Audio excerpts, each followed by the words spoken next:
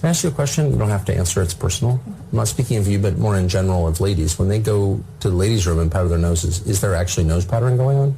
In case you needed more evidence that Tucker Carlson is a raging misogynist, this clip makes very clear that he definitely is. Sometimes. Ooh. I like the sound of that. Most of the time it's lipstick. Do pillow fights ever break out? You don't have to. Not in the bathroom. Okay, not in the bathroom. Okay. That'd be more a dorm activity. Okay. This is naughty precise nurse territory. I'm sorry. So you are such a good sport, such a good person. Thank you. I got two brothers. I know you do, but you do not deserve that, and I mean it with great affection. I got you, man. Which way do you want to go? Yes, ma'am. Sorry. Let me tune in.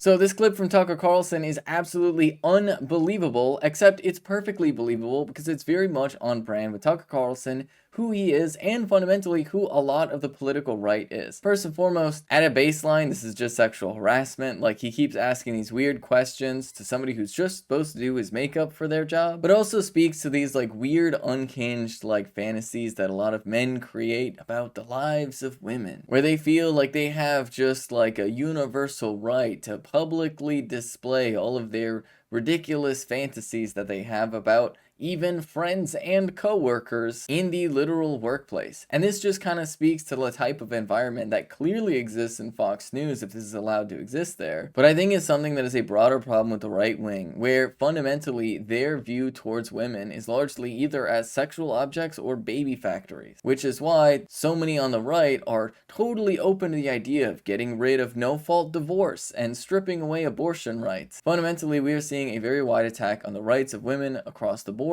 as well as sort of this like resurgence of misogyny that seems to be a backlash to society moving forward. But it's important to remember that a lot of the things people do like this, they'll frame it as like a joke, right? They'll say, oh, you know, it's just like a joke, I'm just being silly or whatever. But really, it's meant to like create this hostile environment that is more inviting to sexual harassment. Fundamentally, jokes like this are all part of creating that like sort of toxic culture that abusive people depend on. Much like any other time the right wing claims that they're making some sort of joke, really it is with some sort of expressed intention in order to make people feel marginalized or less safe, in order to embolden themselves. And this is a pattern that we see very regularly within right-wing politics, where they'll take something and say it's a joke in order to try and get people on board with it and think that it's fine, while they gradually escalate what these jokes are about. It's a very classic tactic that abusive people use to wedge themselves in and to normalize the victimization of marginalized people around them. It also just obviously speaks to how deeply creepy Tucker Carlson is as an individual. The fact that this is where his mind is going, especially with somebody that he literally works with. But unfortunately, I don't think this will actually hurt Tucker Carlson's image among the right wing,